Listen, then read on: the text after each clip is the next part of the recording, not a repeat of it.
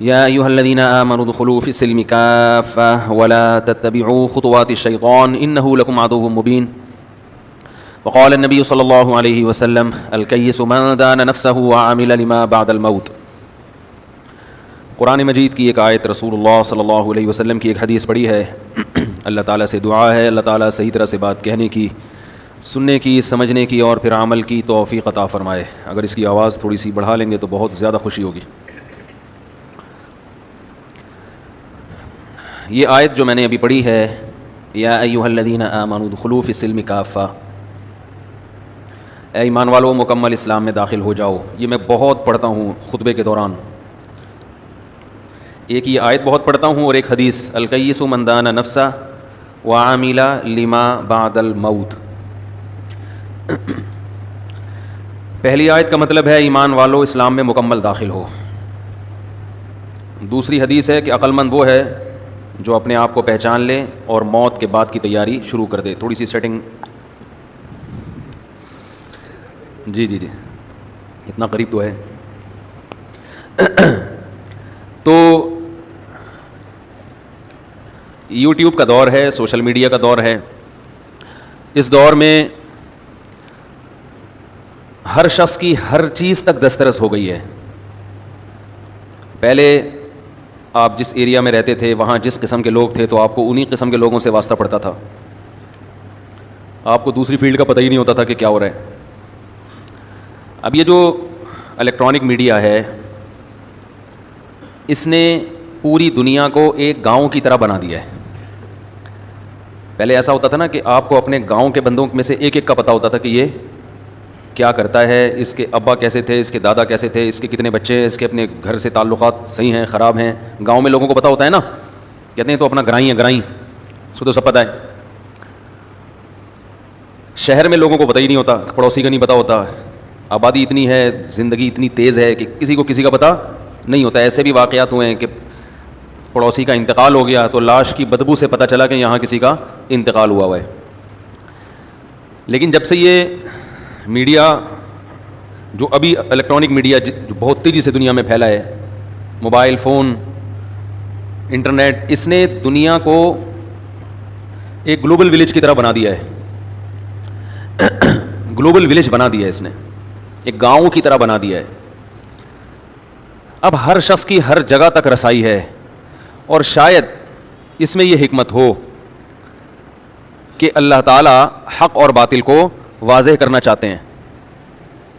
قیامت جیسے جیسے قریب آ رہی ہے نا، اللہ تعالیٰ اپنے بندوں پر حجت کو تام کر رہے ہیں کہ کسی کو یہ کہنے کا موقع نہ ملے کہ اے اللہ مجھے نہیں پتہ چلا کہ صحیح کیا ہے اور غلط کیا ہے.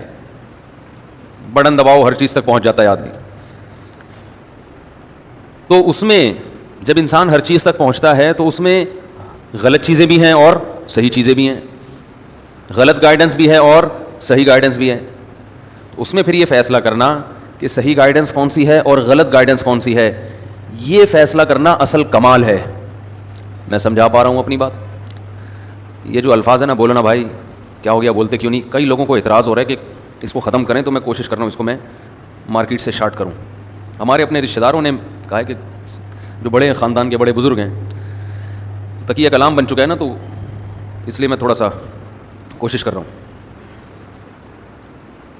تو میں چونکہ یوٹیوب پہ ویڈیوز دیکھتا رہتا ہوں، مختلف قسم کے موٹیویشنل اسپیکرز کی بھی، ہیلتھ سے ریلیٹڈ جو ویڈیوز ہیں وہ بھی دیکھ لیتا ہوں، علماء کی بھی دیکھ لیتا ہوں، فرقہ پرستوں کی بھی دیکھ لیتا ہوں. تھوڑا بہت، زیادہ تو نہیں ٹائم ملتا، لیکن تھوڑا بہت اپنے ٹائم کا کچھ حصہ اس میں سرو کرتا ہوں تاکہ پتہ رہے دنیا میں ہو کیا رہا ہے. تو افسوس اس پر ہے کہ زیادہ تر غلط ہی ہو رہا ہے. ایک تو وہ ہے کہ جو بالکل ہی غلط ہے، یعنی جو بے حیائی کا ایک طوفان ہے، وہ تو سبھی مانتے ہیں غلط ہے. اس کے علاوہ کی بات کر رہا ہوں کہ صحیح کا لیبل لگا کے جو غلط ہو رہا ہے وہ بھی بہت زیادہ ہو رہا ہے.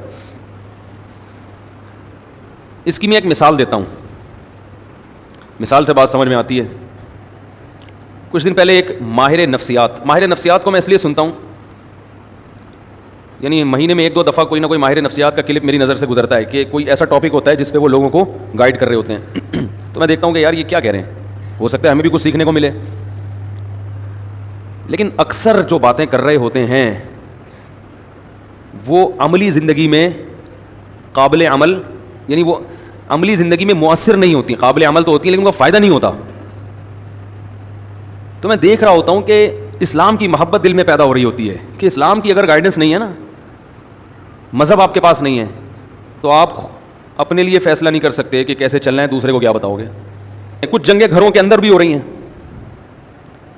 وہ اس نوعیت کی تو نہیں ہے, لیکن جو بڑی جنگیں ہوتی ہیں ان میں تو ہاتھ پاؤں ٹوٹتے ہیں. اللہ تعالیٰ سب کی حفاظت رکھے. لوگ شہید ہوتے ہیں. جو گھروں کے اندر جنگیں ہوتی ہیں نا, اس میں برین ہیمریج ہوتے ہیں, قتل کا مقدمہ بھی نہیں چلتا, بندہ مر جاتا ہے, کیس کسی پہ بھی نہیں ہوتا. ایسا ہی ہوتا ہے نا, کسی پہ کیس نہیں ہوتا. بیٹا باپ جو ہے اپنے بیٹے کی وجہ سے ڈپریشن میں چلا گیا, اس کی حرکتیں, اور ایک دن انتقال ہو گیا. مرا کس کی وجہ سے ہے؟ بیٹے کی حرکتوں کی وجہ سے, لیکن بیٹے پر کوئی کیس نہیں بنتا. وہی سب سے زیادہ رو رہا ہوتا ہے بیٹا. تو گھروں کے جو جھگڑے ہیں, لوگ ایسی ویڈیوز زیادہ دیکھتے ہیں کیونکہ اس میں تو سب بھگت رہے ہوتے ہیں نا ان چیزوں کو. بیٹے اور باپ کا جھگڑا, بیٹی اور ماں کا جھگڑا, ماں بیٹیوں میں بڑی تکراریں ہوتی ہیں آج کل, سنتے ہی نہیں کسی کی. دفتروں میں جھگڑے, اور پڑوسی میاں بیوی کے جھگڑے, وہ تو مشہور ہیں. تو یہ جو جھگڑے ہیں نا, یہ یعنی ہر شخص چاہتا ہے گھروں میں آپس میں کیا ہو, محبت, کیونکہ اللہ نے سکون کے لیے تو گھر بنایا نا. بھائی کیا خیال ہے, سکون کے لیے کیا بنایا اللہ نے؟ اگر گھر میں ہی سکون نہیں ہوگا تو پھر سمجھو کہ موت یقینی ہے, مرے گا تھوڑے دنوں میں, پاگل ہو جائے گا یا مر جائے گا. یا تو پاگل ہوگا یا پاگل ہو کے بھی بالآخر مرے گا, یعنی جلدی مر جائے گا. تو اب اس قسم کے جو ویڈیوز ہیں, ماہر نفسیات اس پہ بہت بتاتے ہیں کہ یوں ایکچولی یوں ہونا چاہیے, ایکچولی یوں ہونا چاہیے. تو میں کچھ سنتا ہوں بہت ہی معذرت کے ساتھ, وہ سوائے 2-4 انگلش کے الفاظ کے نا اور کچھ نہیں ملتا, اس میں کوئی گائیڈنس نہیں ملتی. مثلا زیادہ تر کی باتیں یہ ہوتی ہیں کہ ہمیں کمپرومائز کرنا سیکھنا چاہیے, دوسرے کو سمجھنے کی کوشش کرنی چاہیے. یہ بہت اچھا لفظ ہے, یقیناً دوسرے کو سمجھنے کی ہمیں کوشش کرنی چاہیے,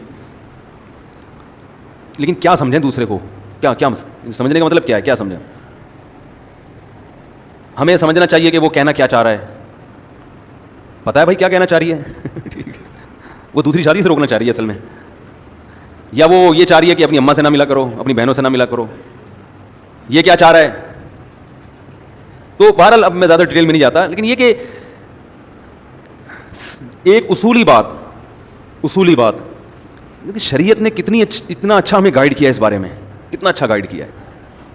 تو وہ 2-4 انگلش کے الفاظ گھما کے ادھر سے ادھر کر کے نتیجہ کچھ بھی نہیں نکلتا اس کا. تو میں کہتا ہوں کہ یار یہ اللہ کا کتنا بڑا فضل ہے کہ اللہ نے ہمیں اتنا پڑھا لکھا نہیں بنایا. ٹھیک ہے نا, اتنا پڑھا لکھا نہیں بنا. ایک بات خوب اچھی طرح سمجھ لیں, میں اکثر ایک چیز اپنے بیان میں کہتا ہوں کہ جو چیزیں انسان کے لیے انتہائی ضروری ہیں وہ چیزیں اللہ نے انسان کو خود سے سکھا دی ہیں. سمجھ رہے ہو؟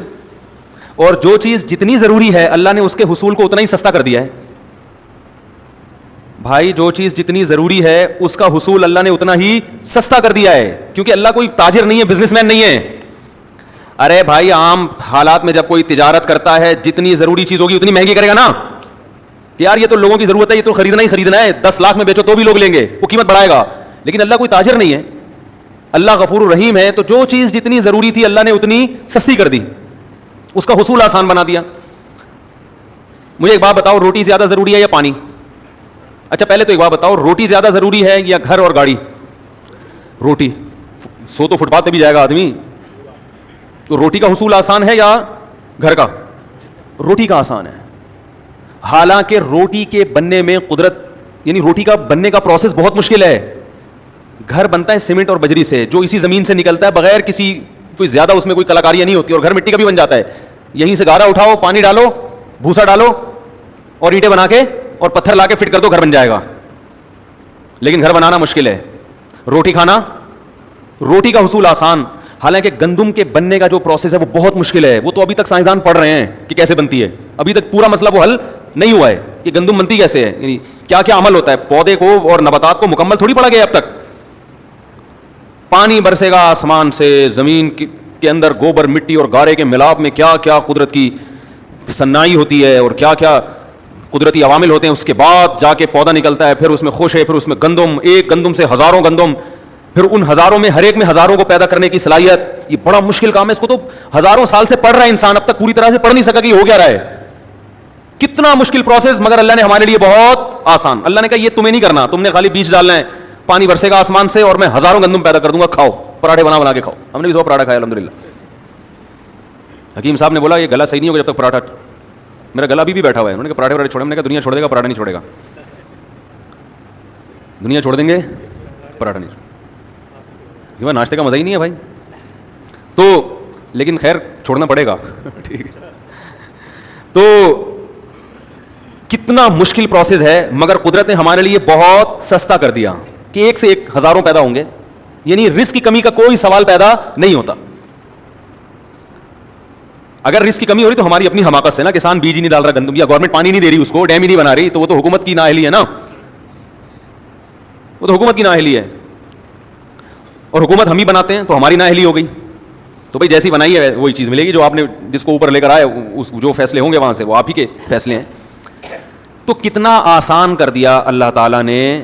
گندم, آلو, پیاز, ٹماٹر 20 روپے کلو, 30 روپے کلو, 40 روپے کلو. ضروری اتنا ہے کہ آپ کے پاس اگر گھر نہ ہو آپ پھر بھی 60-70 سال کی زندگی نکال کے چلی جاؤ گے. کبھی اس کے ٹھیلے کے نیچے سو گئے, کبھی فٹ پاتھ کے نیچے سو گئے, 2-3 دن نیند نہیں آئے گی آپ کو, کیونکہ آپ گدے پہ لیٹنے کے عادی ہیں. اس کے بعد نیند ایسی چیز ہے, وہ بھی ضروری ہے, وہ بھی ضروری چیز ہے نا, تو اللہ نے وہ بھی سستی کر دی ہے.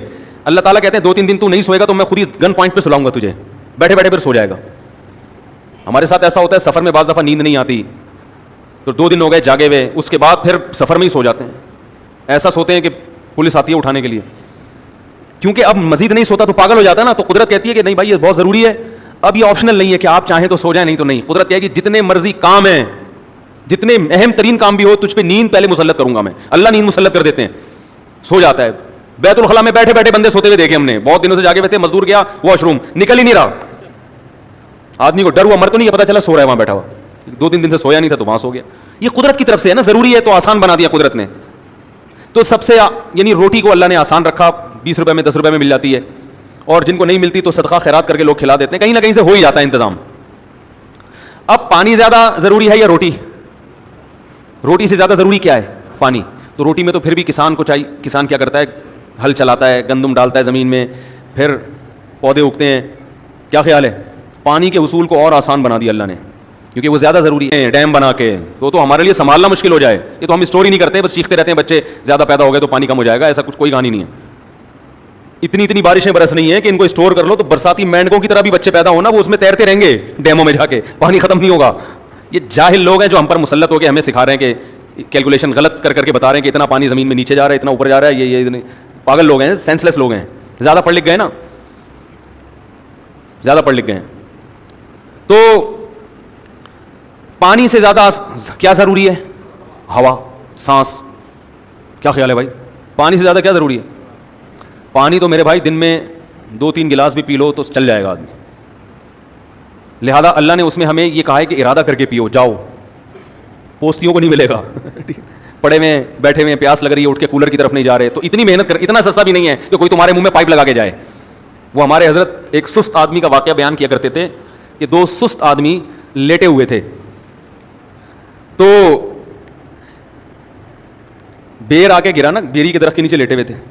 ایک نے دوسرے سے کہا اوے تو یہ میرے منہ میں اٹھا کے ڈال دے, دوسرا ڈال ہی نہیں رہا. تو اتنے میں ایک گھڑ سوار قریب سے گزرا, اس نے اس کو آواز دی, بھائی جان ذرا کام ہے. وہ آیا, کہہ رہا یار یہ بیر جو ہے نا میرے منہ میں اٹھا کے ڈال دو. اس نے کہا کمبخت تو اتنا نہیں کر سکتا کہ بیر اپنے منہ میں اٹھا کے ڈال لے, اور اگر نہیں ڈالا جا رہا تھا تو مجھے بلانے کی کہ یہ تو تیرے ساتھ لیٹا ہوا ہے اس کو بولتا نا. تو وہ دوسرا بولا میں کیوں ڈالوں اس کے منہ میں بیر؟ کہہ رہا میں لیٹا ہوا تھا, وہ ادھر آیا, کتا میرے اوپر پیشاب کرنے لگا, میں نے اس کو بولا ہٹا ہی نہیں رہا تھا. میں نے اس کو بولا کہ ہٹا ہی نہیں رہا تھا. میں نے کہا جب تو نے میرا کام نہیں کیا تو میں بھی تیرا کام نہیں کروں گا. ایک لڑکا سست تھا نا, تو ابا اس کے پریشان تھے. رفیع بھائی سن لیں اچھی طرح سے, ان کی بات نہیں ہے ویسے ان کو سمجھانے کے لیے, یہ آگے لوگوں کو بتاتے ہیں نا ایسے واقعات تو فائدہ ہوتا ہے لوگوں کو. تو وہ جو کام باپ بیٹے کو کہے وہ بیٹا کر کے ہی نہ دے. باپ تنگ آ گیا, یار اس کمبخت کو میں کیا علاج کروں. تو ایک دن ابا ایک مشین لے کر آیا, اور ابا نے بیٹے سے کہا بیٹا تیری عادت کو ملحوظ رکھتے ہوئے میں ایک مشین لے کر آیا ہوں, بٹن دبا کے ہر کام کرے گی. بٹن دبائے گا چائے آئے گی, بٹن دبائے گا پانی آئے گا. اب تیری زندگی میں سکون آ جائے گا, تجھے کچھ کرنا نہیں پڑے گا, بٹن دبا کے ہر کام ہوگا. بیٹا کہتا ہے ابا بٹن کون دبائے گا اس کا, اس کے لیے بھی کوئی ملازم لے آتے. تو یہ سستی جو ہے نا, سستی جتنی پیدا ہوگی یہ بڑھتی چلی جاتی ہے. اگر آپ مشینی زندگی میں آنا چاہتے ہیں, خود کچھ نہیں کرنا چاہتے, تو کچھ دنوں کے بعد مشینوں کو استعمال کرتے ہوئے بھی آپ کو سستی محسوس ہوگی, جیسے کہ ہو رہا ہے. دیکھو پہلے لوگ لمبے لمبے سفر پیدل کرتے تھے نا, اب گاڑیوں میں جاتے ہیں, لیکن اب گاڑی میں جاتے ہوئے بھی سستی ہوتی, کون یہاں سے وہاں جائے. بائک پہ جاتے ہوئے بھی سستی ہو رہی ہے, یار کون دودھ لینے جائے. وہ بیگم بولی بھائی چھنڈے لے کر آؤ, کہ میں انڈے کے بغیر ہی پراٹھا کھا لوں گا, میں نہیں لا رہا. یہی تو ہے, پرانے زمانے کا آدمی آگے دیکھ لے, بولے یار تمہیں تو فری ہے, کک ماری اور جھوم کر کے پہنچے. تو جتنا سست انسان بنتا ہے بنتا چلا جاتا ہے, اور جتنا چست بنتا ہے چست ہوتا چلا جاتا ہے. تو خیر میں یہ عرض کر رہا تھا, پانی کو اللہ نے اور زیادہ آسان بنایا, اور ہوا کو اس سے بھی زیادہ, آکسیجن کی ضرورت ہمیں پانی سے بھی زیادہ ہے. تو اس میں اللہ نے ہمیں 2 سہولتیں دے دی.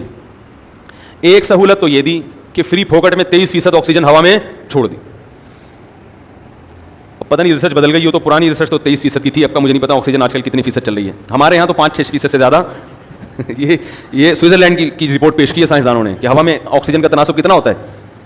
لیاری کے پانی کا پتہ ہے نا فارمولا, ہائیڈروجن ڈائی آکسائڈ ہے نا جو عام پانی ہوتا ہے.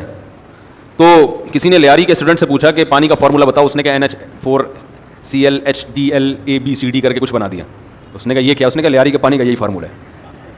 وہ جو ہائیڈروجن ڈائی آکسائڈ ہے نا, وہ پانی ہے جو آسمان سے نازل ہوا اور آپ نے گلاس میں جمع کر لیا, وہیں سے درمیان میں اس کو کہیں گرنے نہیں دیا. تو آکسیجن کا حصول اللہ نے اور بھی زیادہ آسان بنا دیا. اگر اللہ ہوا میں فری میں چھوڑ دیتا, اتنا بھی کافی نہیں تھا, ہمیں یوں کہہ دیتا کہ سانس لوگے تو پھیپڑوں میں جائے گا, تو ہم تو سارا دن بیٹھ کے سانس ہی لیتے رہتے. بھائی ذرا مجھے سانس لینے دو, ایسے ایسے سانس لیتے, پھر بات کر کے تھوڑی دیر کے لیے پاز کا بٹن دبا دیتے, اتنی دیر میں ہمارے پھیپڑے پھڑپڑانا شروع کر دیتے. تو اللہ نے کہا یہ بہت ضروری, تو یہ تمہارے ارادے کے بغیر تمہارے پھیپڑوں میں جائے گی. تمہیں سانس نہیں لینا ہو تو اس کے لیے تو ارادہ کرنا پڑے گا, سانس لینے کے لیے ارادے کی ضرورت, بولو نا یار, پھر آگے نا بولو نا یار, سانس لینے کے لیے ارادے کی ضرورت نہیں ہے. تو یاد رکھو, گھر میں محبت سے رہنا یہ بھی ہماری ضرورت ہے. گھر جو ہے نا, گھر یہ سکون کے لیے بنایا اللہ نے. جعل لکم من انفسکم ازواجا لتسکنوا الیہا. گھر بنتا ہے نکاح کے بعد, گھر بنتا ہے نا بھائی, شادی ہوتی ہے تو ایک گھر آباد ہوتا ہے, پھر بچے پیدا ہوتے ہیں, تو ایک گھر کا وجود. گھر کوئی بحریہ ٹاؤن کے بنگلوں کو تھوڑی کہتے ہیں گھر, کا مطلب بھائی ورنہ تو ہوٹل بھی ہوتے ہیں, بڑے بڑے ہوٹل ہیں بالکل بنگلوں جیسے ہوتے ہیں, لیکن وہ گھر نہیں کہلاتے, وہ ہوٹل کہلاتے ہیں. تو گھر کا مطلب جہاں ریلیشن ہو, جہاں تعلق ہو, محبت ہو, کوئی آپ کا انتظار کرے, کوئی کسی کا آپ انتظار کرو, کوئی آپ کے ماتحت ہو, آپ کسی کے ماتحت ہو, یہ ایک جو ریلیشن قائم ہوتا ہے, اٹ از کالڈ گھر. کیا خیال ہے, اٹ از کالڈ گھر. وہی جو ہوم اور ہاؤس کا فرق ہے. ہاؤسنگ اسکیم ہوتی ہے, ہومنگ اسکیم میں نے اب تک نہیں سنی. وجہ اس کی یہ ہے کہ وہ بحریہ ٹاؤن والے کہتے ہیں ہم ہاؤس بنا کے دے سکتے ہیں, ہوم بنانا یہ آپ کی ذمہ داری ہے, یہ ہمارے بس میں تھوڑی ہے. ایسا ہی ہوتا ہے نا بھائی, ہاؤس کو ہوم بنانا یہ کس کی ذمہ داری ہے, یہ کوئی بلڈر کا کام تھوڑی ہے. تو اللہ تعالیٰ نے گھر جو رکھا ہے نا, گھر یہ جانوروں کو بھی دیے ہیں. بہت سے جانور گھر بنا کے رہتے ہیں. شیر کی کچھار ہوتی ہے, وہ شکار کر کے آتا ہے, ادھر ادھر دہشت گردی کر کے آ کے جب سکون سے بیٹھنا ہوتا ہے, جہاں اس کو کوئی چیتا پیتا چھیڑے نہیں, تو اس کے لیے کہاں داخل ہو جاتا ہے, وہ اپنی خود ہی بول لیا کریں تاکہ وہ کچھار میں داخل ہو جاتا ہے. سانپ جب خطرہ محسوس کرتے ہیں کہاں گھستے ہیں, بل میں. اور اگر وہاں سانپ نہیں بیٹھے ہوئے, اس کو تانے دینے کے لیے بیٹھی بھی ہو, وہ بل میں گھسے گا, بولو بھائی, نہیں جائے گا. وہ سانپ بل میں گھس کے آتا اس لیے کہ یار یہاں یہ اپنا ٹھکانا ہے, سکون ملے گا, یہاں آرام سے تمیز سے زندگی گزاریں گے, جب بھوک لگے گی یا کوئی مسئلہ ہوگا باہر نکلیں گے, انجوائے کریں گے, یہ سکون کی جگہ ہے. چوہے اپنے بلوں میں گھستے ہیں, بلیاں بھی گھر بناتی ہیں اپنا ٹھکانہ. جب بچوں کی پیدائش کا وقت آتا ہے بلی کی, تو وہ کوئی سوٹیبل جگہ تلاش کرتی ہے جہاں اپنے بچوں کی اچھی طرح سے تربیت کر سکے, بلوں کے خطرات سے انسانی نما بلے بھی اس کو پریشان نہ کریں, اور جو سچی مچی کے بلے ہیں وہ بھی پریشان نہ کریں. تو بڑے تمیز سے. خرگوش بھی ایسا ہی خرگوش کی جو مادہ ہے وہ بھی ایسا ہی کرتی ہے, وہ تو باقاعدہ ڈیکوریٹ کرتی ہے اپنے گھر کو. جب بچے دینے کا وقت آتا ہے تو اپنے جسم کے بال نوچ کے کارپیٹ کی طرح زمین پہ بچھا دیتی ہے, ٹیمپریچر مینٹین رکھتی ہے, بہت کچھ کر کے اس کو پتا ہے میرے بچے یہاں سکون, اطمینان اور امن اور شانتی کے ساتھ پلیں گے. تو بھائی جو انسان جو تہذیب میں سب سے آگے ہے, گھر اس کی بھی ضرورت ہے. جعل لکم من بیوتکم سکنا, اللہ نے قرآن میں کہا اللہ کی نعمت ہے کہ اس نے تمہارے گھروں کو ٹھکانہ بنایا, سکون کی, مسکنت کی, رہنے کی جگہ بنایا. پرندوں کے گھونسلے ہوتے ہیں, سارا دن آؤٹنگ کر کے جاب کر کے شام کو اپنے گھونسلے کی طرف لوٹتے ہیں. اب چڑا آیا شام کو اپنے گھونسلے کی طرف, چڑیا نے منہ بنا کے رکھا ہوا ہے وہاں پہ, تمیز سے بات ہی نہیں کر رہی ہیں. کبوتر آیا, 12 گھنٹے کی ڈیوٹی کبوتروں میں, 12 گھنٹے کی. ان کے یہاں لیڈیز بھی جاب کرتی ہیں کبوتروں میں, 12 گھنٹے کبوتر, 12 گھنٹے شاید گورو نے یہیں سے لیا ہو. تو اب وہ جب آیا اور کبوتری کا منہ بنا ہوا ہے, وہ تمیز سے بات ہی نہیں کر رہی کبوتر سے, بولی تو کیا باجرہ لے کر آیا ہے. بھائی دیکھو کبوتر جو لے کر آئے گا نا بچوں کو کھلانے کے لیے, کبوتری صبر شکر سے گزارا کرتی ہے. ایسا ہی ہوتا ہے نا, کبوتر دانا لے کر آتا ہے اپنے بچوں کے منہ میں ڈالتا ہے. ہم نے تو کبوتر بھی پالے ہیں, دیکھا ہے یہ سارا منظر, بڑا زبردست خوبصورت منظر ہوتا ہے. جیسے ہی اس کو پتا ہوتا ہے نا کبوتر کے بچوں کو ابا آنے والے ہیں, وہ منہ کھول کے بیٹھے ہوئے ہوتے ہیں, ایسے منہ کھول کے بچے. کیا اللہ کی ایک, مجھے تو بڑا شوق ہے جانور پالنے کا, بڑی فطرت کی اس میں. اور یہ خدا کی قسم وہ بڑے بدبخت ہیں جو یہ کہتے ہیں یہ چیزیں خود سے بنی ہیں. جو ایتھیسٹ ہے نا, اللہ کا انکار کرنے والے, خود سے یہ جذبات پیدا نہیں ہو سکتے. مشینیں بنتی ہیں خود سے, بے جان چیزیں وہ بھی نہیں بنتی. تو یہ جاندار جذبات, احساس رکھنے والا, محبت نفرت کرنے والا, ایسے جذبات اللہ نے رکھے کہ جب غم ہوتا ہے تو آنکھوں سے آنسو بہہ کے بتاتا ہے, خوشی ہوتی ہے تو ہنس کے بتاتا ہے. یہ جذبات کی خود بخود ساری چیزیں کیسے پیدا ہو گئیں؟ اس کبوتر کے دل میں کس نے ڈالا کہ تیرے بچے تیرا انتظار کر رہے ہیں, خود بھی کھا اور ان بچوں کے لیے دانا بھی جمع کر. اس کو کس نے بتایا کہ یہ تیرے اسپرم سے پیدا ہونے والے انڈے ہیں جن سے یہ بچے نکلے ہیں؟ کیا اس نے بھائی میڈیکل سائنس پڑھی ہے کیا؟ اس کو کیا پتا کہ یہ بچے جو ہے نا اللہ نے میرے باڈی سے پیدا کیے ہیں, تبھی تو اتنی محبت کر رہے ہیں وہ. انہی بچوں میں آپ دوسرے کبوتر کا بچہ لا کے رکھ دیں, وہ زیادہ خوبصورت, اٹھا کے مار دے گا, فوراً باہر پھینک دے گا اس کو, بولے گا میرا نہیں ہے. ڈی این اے کی ضرورت بھی نہیں ہے. کبوتر کو پتا ہوتا ہے میرا ہے, گوروں کو نہیں پتا ہوتا. گوروں کو نہیں پتا ہوتا یہ کس کا ہے. حقیقت بتا رہا ہوں, لوگ صبح شام تعریف کرتے ہیں نا وہ ہم سے اچھے, وہ ہم سے اچھے. وہ کبوتر سے بھی اچھے نہیں ہو آپ. ٹھیک ہے کچھ چیزیں اچھی ہیں مانتا ہوں, لیکن اس کی وجہ سے آپ اچھے نہیں بن گئے, بڑی بڑی برائیاں ہیں. تو کبوتر کے بچے منہ کھول کے بیٹھے ہوئے ہوتے ہیں. کبوتر دانا لے کر آئے گا اور بچوں کے منہ میں جتنا اللہ نے اس کو رزق دیا وہ کہتا ہے چلو بھائی آج اتنا ہی ملا, آج بارش تھی اس کی وجہ سے زیادہ مال ملا نہیں ہے, گزارا کرو. کبوتری بھی گزارا کرتی ہے. کبوتری دانا دینا شروع کر دے, 4 دانے اٹھا کے لے آیا, بچوں کی فیوچر کی فکر نہیں ہے, تو کبوتر گھر آنا چھوڑ دے گا. وہ دوسری کبوتریوں میں منہ مارنا شروع کرے گا کمبخت. وہ کہے گا یہ بچے لے کے چلی جاؤ. تو جانوروں کا تو اللہ نے سسٹم بنا دیا, نہ کبوتر کبوتری کو تانا دے گا, کبوتری بھی جاتی ہے دانے لے آتی ہے. کبوتر کہتا ہے بھائی بچوں کی ماں ہے, مجھ سے یقیناً یہ خیر خواہ ہوگی, کیا خیال ہے. اور وہ کبوتری بھی کہتی ہے بچوں کا باپ ہے, اگر اس کو آج دانا پانی کم ملا ہے تو بھائی قدرت کی طرف سے ایسا انتظام ہوگا, کوئی بے روزگاری کے تانے نہیں دیتی. ٹھیک ہے نا. ہاں اگر وہ دیکھے کہ کبوتر وہیں پڑا ہوا ہے کمبخت اڑ نہیں رہا, پھر یقیناً کبوتری کا رائٹ ہے کہ وہ اس کو تانے دے دے کے مار دے, پھر اس کا حق ہے. تو جتنے جانور ہیں دن رات کی ٹینشن کے بعد آتے کہاں ہیں؟ ٹھکانے میں, آشیانے میں. انسان کے لیے بھی اللہ نے گھر بنائے ہیں. قرآن کے الفاظ ہیں جعل لکم من بیوتکم سکنا, کہ اللہ نے تمہارے لیے گھروں کو رہائش کی جگہ بنایا. سکنا جو ہے نا یعنی رہائش کی جگہ. اور اللہ نے یہ بھی فرمایا گھر بنتا ہے ریلیشن سے.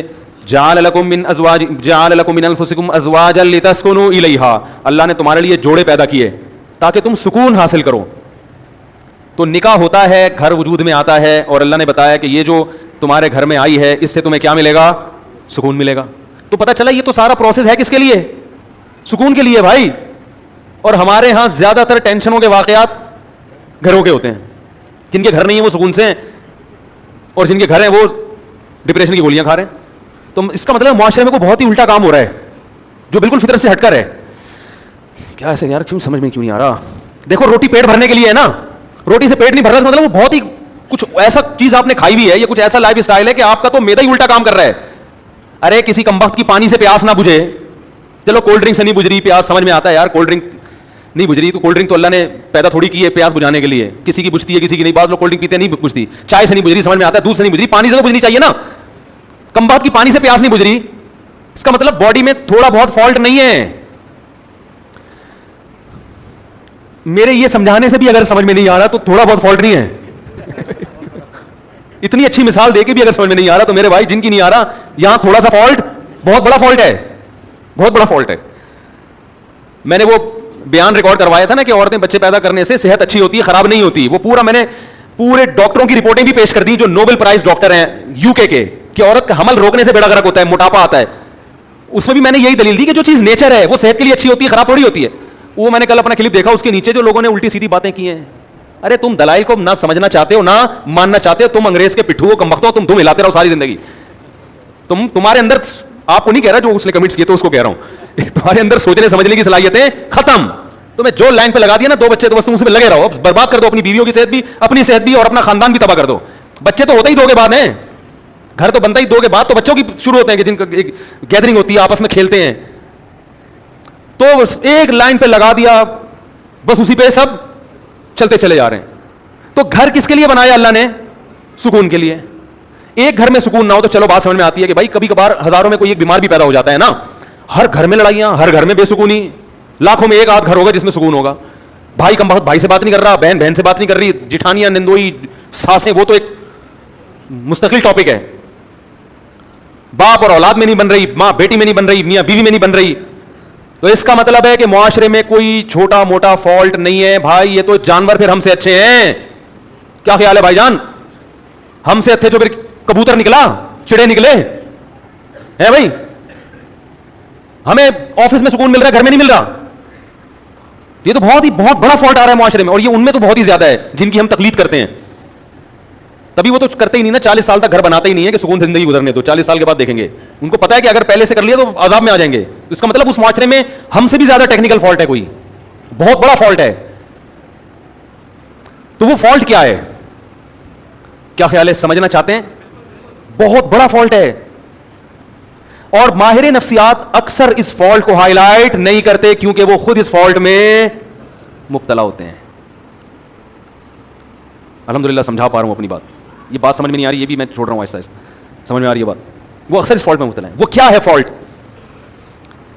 کہ جب تک حقوق کا دائرہ کار متعین نہیں کیا جائے گا کبھی بھی اتحاد اور محبت پیدا نہیں ہو سکتی. اس کو ایک اور اسٹائل میں بیان کرتا ہوں, دوسرے اسٹائل میں. جب تک ظلم ختم نہیں ہوگا گھر میں محبت پیدا نہیں ہوگی, اور ظلم کو جب تک ڈیفائن نہیں کیا جائے گا کہ ظلم کی ڈیفینیشن کیا ہے, ظلم ختم ہو نہیں سکتا. نہیں آ رہی بات؟ جو مذہب کو فالو نہیں کرتے, خدا کی قسم لا الہ الا اللہ, قیامت تک الٹے لٹک کے پی ایچ ڈی کر لیں نفسیات میں, وہ ظلم کی ڈیفینیشن بیان کر ہی نہیں سکتے کہ ظلم کہتے کسے ہیں. کیونکہ ظلم کہتے ہیں کسی کا حق ادا نہ کرنا. جب آپ کو پتہ ہی نہیں ہوگا اس کا حق ہے کیا, تو ادا نہ کرنا اور کرنا کیا کیا ڈیفینیشن ہوگی, پتہ کیسے چلے گا کہ حق کی ادائیگی کیا ہے اور عدم ادائیگی کیا ہے؟ کیونکہ حق کی ادائیگی کس کا کس پر کتنا حق ہے, کیا حق ہے, وہ نہیں ادا کرے گا تو لڑائیاں ہوں گی نا. میں سمجھ رہا ہوں کہ اس کا مجھ پر حق ہے, وہ سمجھ رہا ہے کہ ہے ہی نہیں, تو کیسے معاملہ چلے گا؟ یہ فیصلہ کون کرے گا کہ یہ مطالبہ درست ہے یا غلط ہے؟ یا تو یہ اسلام بتائے گا. اسلام اگر نہیں بتاتا تو پھر پوری کائنات بیٹھ کے یہ ڈیفائن ہی نہیں کر سکتی کہ کس کے کس پر کیا حقوق ہے, اس میں اختلاف پیدا ہوگا.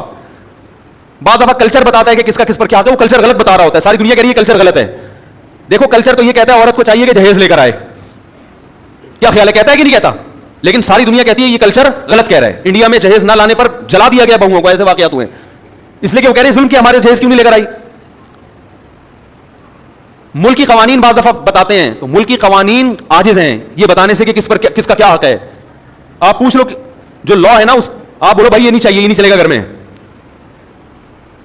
اختلاف اور لڑائی کو ختم کرنے کے لیے سب سے پہلا اصول یہ ہے کہ آپ کو یہ پتا ہونا چاہیے, باپ کو یہ پتا ہونا چاہیے کہ بیٹے کے اوپر میرے کتنے حقوق ہیں. میں اس حد تک بیٹے کو اپنا پابند بنا سکتا ہوں, اس سے آگے مجھے اللہ نے حق نہیں دیا, اس سے آگے یہ خدا نے میرے بھی اختیارات سلب کر لیے ہیں. شوہر کو پتا ہونا چاہیے بیوی کو میں اس حد تک اپنا پابند بنا سکتا ہوں, اس سے آگے کام میں اس سے بولو بھائی نہیں لے سکتا, یہ میرا رائٹ ہی نہیں ہے. عورت کو پتا ہونا چاہیے اس حد تک شوہر سے مطالبات منوا سکتی ہوں, اس سے آگے اللہ نے باؤنڈری کھینچی ہوئی ہے, مجھے آگے جانے کی اجازت نہیں ہے. ساس کو پتا ہونا چاہیے اس حد تک بہو میری خدمت کرنا اخلاقی ذمہ داری ہے, وہ بھی یہ پتا ہونا اخلاقی ہے یا قانونی, یہ بھی پتا ہونا چاہیے. کچھ چیزیں اخلاقی ہوتی ہیں, قانونی نہیں ہوتی. اخلاق کا دائرہ کار اخلاقی حد تک ہی ہوتا ہے. ارے پڑوسیوں کو پوچھنا اخلاقی ذمہ داری ہے نا, آپ نہیں پوچھ رہے تو کیا وہ کیس کر سکتے ہیں آپ کے خلاف؟ بھائی حدیث میں آتا ہے کہ وہ شخص مومن نہیں ہے جو خود پیٹ بھر کے کھائے پڑوسی بھوکا سوئے. لیکن آپ پیٹ بھر کے کھا رہے ہو, پڑوسی بھوکا سو رہا ہے, گناہ ملے گا قیامت میں, لیکن اس بیس پہ پڑوسی آپ کے خلاف کیس نہیں کر سکتا, لڑ نہیں سکتا آپ سے. وہ حدیث میں تو آتا ہے تو پیٹ بھر کے کھا رہا ہے اور جو ہے نا میں بھوکا ہوں, اب گریبان پکڑ لیا, تو یہاں ظالم کون ہوگا؟ وہ پڑوسی ہوگا. بھائی اخلاقی ذمہ داری ہے کہ آپ پیٹ بھر کے کھا رہے ہو, لیکن آپ کی ہے, اس کی نہیں, وہ نہیں مطالبہ کر سکتا. کچھ چیزیں اخلاقی ہیں, لیکن ہمارے ہاں کس کا کیا حق ہے یہ یونیورسٹیوں میں نہیں پڑھایا جاتا. ماہر نفسیات کو پتہ ہی نہیں ہوتا کہ حق کیا ہے, تو بیچارہ گائیڈ کیسے کرے گا؟ ہائے ہائے کیسے سمجھائیں. ماہر نفسیات بیچاروں کو پڑھا ہی نہیں ہوتا. اسلام پڑھیں گے تو پتہ چلے گا نا. انہیں تو گورے کو پڑھا ہے, گورے کو خود نہیں پتا, وہ اپنے گھروں میں سکون پیدا کر لیا. یہ نفسیات پڑھ کر آ رہے ہیں جرمنی کی یونیورسٹیوں میں, اور وہاں سے سیکھ رہے ہیں کہ گھروں میں جوڑ کیسے پیدا ہو. جنہوں نے ان کو پڑھایا اس پروفیسر سے پوچھو کہ تمہارے گھر میں جوڑ ہے, وہ کہے گا میرا تو گھر ہی نہیں ہے, اور اس لیے نہیں ہے, مجھے پتا تھا گھر ہوگا تو پھٹے ہوں گے. تو ہم نے کہا بھی 55 سال میں کریں گے شادی, وہ تمہیں بتائے گا گھروں میں جوڑ کیسے پیدا ہو. یار کیا تو رینجرز کا کیس ہے بھائی, خطرناک. کیس بنانے والا ہوں آپ کے خلاف. سارے مسائل یہاں سے کھڑے ہو رہے ہیں, گھروں میں جھگڑے, لڑائی, دفتروں میں. بھائی آپ کو پتہ ہی نہیں ہے کہ میں کہاں تک جا سکتا ہوں. دیکھو فوج میں پھٹے کم ہوتے ہیں, پولیس میں بھی, تھانے میں پھٹے کم ہوتے ہیں. وجہ اس کی یہ ہے کہ ایک رنگ روٹ کو پتا ہے کہ آفیسر کی بات میں نے ماننی ہے, کن باتوں کو ماننا ہے اور کون سی بات ایسی ہے جو میرے اوپر لازم نہیں ہے. اگر کوئی آفیسر میرے سے گھر سے پوچھا لگوانا شروع کر دے تو یہ میرے اوپر, اور آفیسر کو پتا ہے کہ میں نے یہ شروع کر دیا تو میرے خلاف کیس بھی ہو سکتا ہے. تو پھٹوں کا ریشو فوج میں, پولیس میں سب سے کم ہے, کیونکہ قانون ہے, ان کو لکھا ہوا ہے کہ یہ ذمہ داری ہے. دفتروں میں بھی پھٹے اکثر کم ہوتے ہیں, کیونکہ باس کو پتا ہے کہ یہ امپلائی میرا کتنا تابع ہے, اس کو تنخواہ اس چیز ریٹرن میں لکھا ہوا ہوتا ہے کہ بھائی تجھے اس چیز کی تنخواہ مل رہی ہے, تو نے اتنے بجے آنا ہے, یہ کام کر کے دینا ہے, کرے گا تو میری بلا سے, تو شکل کا اچھا ہے برا ہے بھائی, تجھے ملیریا ہے, تجھے ٹی بی ہے, تجھے کیا ہے, تو نے پولیو کی ویکسینیشن کروائی بھی ہے کہ نہیں کروائی بھی, مجھے میری ہیڈ ایک نہیں ہے. یہی ہوتا ہے نا بھائی, یہ کام ہے, یہ کر کے دو گے تو تنخواہ ملے گی, نہیں تو پتلی گلی سے نکلو. اس لیے وہاں بھی پھٹوں کا ریشو کیا ہے, وہاں پھٹے ہوتے ہیں غیبتوں کی وجہ سے. وہ باس, وہ دیکھو وہ چمچا بنا ہوا ہے, اس کو تنخواہ بڑھا دی ہم کیونکہ ایمانداری سے کام کر رہے ہیں, ہماری تنخواہ نہیں بڑھ رہی. یہ اتنی اور بھی باتوں کی حد تک ہوتا ہے. ایسا نہیں ہوتا کمپنی بند ہو جائے پھٹوں کی وجہ سے, صرف باتیں کریں گے. وہ تو شوق ہے مسلمانوں کو باتیں کرنے کا, کیونکہ کام ہم تو ہوتا ہے گورنمنٹ کے اداروں میں زیادہ ہوتا ہے نا, کیونکہ وہاں تو کام ہی نہیں ہوتا, تو باتیں کر کے ٹائم پاس کرنا ہوتا ہے. لیکن گھروں کے جو پھٹے ہوتے ہیں وہ خطرناک, چاقو نکل آتے ہیں, چھریاں نکل آتی ہیں, 2 سال تک بھائی سے بات ہی نہیں کر رہا, طلاقیں ہو جاتی ہیں, بچے رل جاتے ہیں, ڈپریشن میں چلے جاتے ہیں. ہم نے نہیں دیکھا کوئی باس کی وجہ سے ڈپریشن میں گیا ہو. ایسے میاں بہت دیکھے ہیں جو بیوی کی وجہ سے, عورتیں شوہر کی وجہ سے, بہویں ساس کی وجہ سے, ساس اپنی ساس کی وجہ سے. آپ کہنے والے تھے ساس بہو کی وجہ سے, اب تک ایسی رپورٹ آئی نہیں ہے, وہ چھوڑیں بھی زیادہ. تو خود سمجھدار ہیں آپ لوگ. وہ ساس بھی ڈپریشن میں آتی ہے, لیکن وہ کسی وجہ سے, اپنی ساس نے اس کو ڈپریشن کا مریض بنا کے دنیا سے گئی ہوتی ہے, تو وہ آگے پارسل کر رہی ہوتی ہے یہ امانت بہو کی طرف, ٹھیک, کہ مجھے جو وراثت میں ڈپریشن ملی تھی وہ میں پوری کہاں ٹرانسفر کر رہی ہوں, بہو کو. اب جب جھگڑے ہوتے ہیں ساس بہو کے بہت, ہم کہتے ہیں بھائی الگ کرو, تو ماں باپ پھر غیرت کے تانے, ہم نے دودھ پلایا جوان کر دیا, الگ ہو رہے ہو. حالانکہ یہ ماں باپ کا رائٹ نہیں ہے, یہ آپ کا حق ہی نہیں ہے. بیٹا جوان ہو گیا, بالکل الگ رہ سکتا ہے, وہ نہ رہے اچھی بات ہے, ساتھ میں جو برکت ہے وہ, لیکن یہ وہی ہے, اخلاقی کچھ اور چیزیں ہوتی ہیں, لیکن پڑوسی گریبان تھوڑی پکڑ سکتا ہے آپ کا کہ بھائی حدیث میں آتا ہے تو مجھے کھلایا کرو, تو کھلاؤ. تو ماہر نفسیات سے گزارش ہے, جب لوگوں کو موٹیویٹ کیا کریں, کچھ اچھے بھی ہیں الحمدللہ, ہر جگہ اچھے برے بھی ہوتے ہیں, اچھے تو سارے ہی ہیں, لیکن بہت سی چیزوں میں بیچاروں کے پاس خود گائیڈنس نہیں ہوتی, گائیڈنس نہیں ہوتی. وہ انگلش کے الفاظ گھما رہے ہوتے ہیں ایکچولی یوں وغیرہ وغیرہ, مجھے تو اتنی انگلش نہیں آتی. تو بات صحیح ہونی چاہیے, چاہے انگلش میں ہو یا اردو میں ہو یا پنجابی میں ہو. لوگ زبان کو دیکھ رہے ہیں آج کل, اسٹائل کو دیکھ رہے ہیں, باتوں کو, کیونکہ فلموں کا دور ہے نا, ڈراموں کا دور ہے, جس کے اسٹائل اچھے لوگ متاثر ہو رہے ہیں, بات کو تو دیکھ نہیں رہے. بات بھی ہو اسٹائل بھی ہو پھر مزہ ہے, کیا خیال ہے؟ بات بھی ہو اور اسٹائل بھی ہو, اور اگر اسٹائل نہیں ہے تو بات کو زیادہ فوکس کرنا چاہیے. اسٹائل کی اتنی ویلیو نہیں ہے, لیکن بات بہرحال صحیح ہونی چاہیے. تو آپ کو یہ پتا ہونا چاہیے کہ میرے ماتحت جو لوگ ہیں, میں ان کو اس حد تک پابند بنا سکتا ہوں, اس سے زیادہ شریعت نے مجھے حق بولو نہیں. یہ سب سے پہلے والدین پر آتا ہے. ہمارے یہاں پتہ ہے سسٹم کیا چل رہا ہے, جس کی لاٹھی اس کی بھینس. بیٹا فرما بردار ہوگا تو باپ اس کو نچوڑ لے گا, بولے کہ ہر بات مانتا ہے, تو اس کی یہی غلطی ہے کہ ہر بات مانتا ہے کم وقت. کہیں نو کر دے تو باپ بیٹے کے پورے معاشرے میں ذلیل کر دیتا ہے, میرا بیٹا میری بات نہیں مان رہا. ارے وہ ہر بات مان رہا ہے. ایک دفعہ ایک ابا آئے, مجھے کہنے لگے میرا بیٹا یہ میرا, میں نے کہا یار ایسے بیٹے آج کل آرڈر پہ نہیں ملتے, اتنا نیک ہے. ایک چیز میں اگر اس نے انکار کر دیا اور وہ اس کا حق بھی ہے, تو آپ کو تو کہنا چاہیے بیٹا میں, یعنی آپ کو تو اس کا دل جیتنا چاہیے. لیکن چونکہ بیٹا فرما بردار مل گیا تو ابا اس کو پوری طرح نچوڑ رہے ہیں. اگر وہی نافرمان ہوتا تو ابا کہتے صرف 100 میں سے ایک بھی مان لے تو میں خوش ہو جاؤں گا. سیزن یہ چل رہا ہے, صحیح ہے نا, موسم چلتا ہے نا, ابھی آم کا موسم ختم, انگور آ گئے, تو سیزن ہوتا ہے نا, جب انگور ہے تو ہر جگہ انگور ہی انگور نظر آئیں گے آپ کو. اور یہی حال ابا کا ہے. جب تک ابا آپ کی مجبوری ہیں, آپ کے ابا بہت اچھے, پیسے نکلوانے ان سے, جہاں ابا کی ضرورت نہیں رہی وہاں ابا سے زیادہ ٹینشن والا آپ کے گھر میں. جب ابا بوڑھے ہوتے ہیں تو کیسا ستایا جاتا ہے ان کو, یہ ہمارے معاشرے میں اکثر ہوتا ہے. بوڑھا ہونے کی دیر ہوتی ہے بیچارے کی, وہ کھانستا ہوا بھی برا لگ رہا ہوتا ہے, ہر چیز میں وہ کیا لگ رہا ہوتا ہے, برا, یہ جائے گا کب. اور باقی حقوق کو اسی پر قیاس کر لیں. تو یہ جو اللہ نے فرمایا ادخلوا فی السلم کافہ, مکمل اسلام میں داخل ہو جاؤ, اس مکمل میں یہ بھی ہے کہ آپ کو یہ پتا ہونا چاہیے کہ سامنے والے کے مجھ پر کتنے حقوق ہیں. ایک چھوٹا سا واقعہ سنا کے بیان ختم کرتا ہوں. ہمارے شیخ مفتی رشید احمد صاحب بڑے بزرگ تھے, ہم ان کا بہت احترام, ان کے غلاموں کے غلام تھے, غلاموں کے غلام.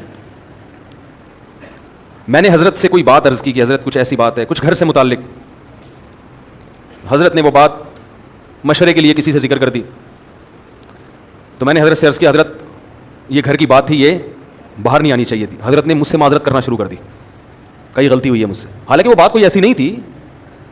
اب اگر وہ یہ کہتے کہ میں چونکہ بزرگ ہیں, میں بڑا, میں نے کر دی تو کیا ہو گیا, ہم تو کچھ نہیں کہتے, کیونکہ اخلاقی ذمہ داری ہے کہ بڑوں سے اگر غلطی بھی ہو جائے تو معاف کرو. یہی ہے نا اخلاق تو اخلاقی طور پہ تو شریعت ہم اسی کا پابند کرتی ہے. لیکن یہ ان کا بڑا پن کہ وہ جانتے تھے کہ بھائی یا اس سے آگے, حالانکہ کوئی ایسی بات نہیں تھی, لیکن جس سے کی وہ مجھے پتا تھا کہ میرا دشمن ہے. تو کسی کا راز فاش کرنا یہ باپ کے لیے بھی جائز نہیں ہے کہ اپنے بیٹے کا راز, بولو نا, فاش. باپ کے لیے بھی جائز نہیں ہے کہ اپنے بیٹے کی غیبت کرے, ماں کے لیے جائز نہیں ہے کہ اپنی بیٹی کی غیبت کرے. ہاں بیٹا ظلم کر رہا ہو باپ کے اوپر, باقی واضح ظلم ہو, پھر اپنا غم ہلکا کرنے کے لیے اپنے کسی بہت ہی کلوز آدمی کو وہ اپنا غم بتا سکتا ہے, یا کسی سے مشورہ لینا ہو کہ بھائی بیٹے میں یہ جرم ہے, تو مشورے کے طور پر کسی ایسے آدمی سے جس کے بارے میں یقین ہو کہ یہ راز فاش نہیں کرے گا.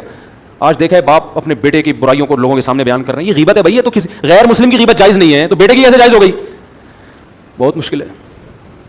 بیٹے کی غیبت بھی جائز نہیں ہے, ماں کے لیے بیٹی کی غیبت بھی جائز, اور بیٹے کے لیے باپ کی تو اور زیادہ گناہ ہے. لیکن یہ گھروں میں ہو رہا ہے.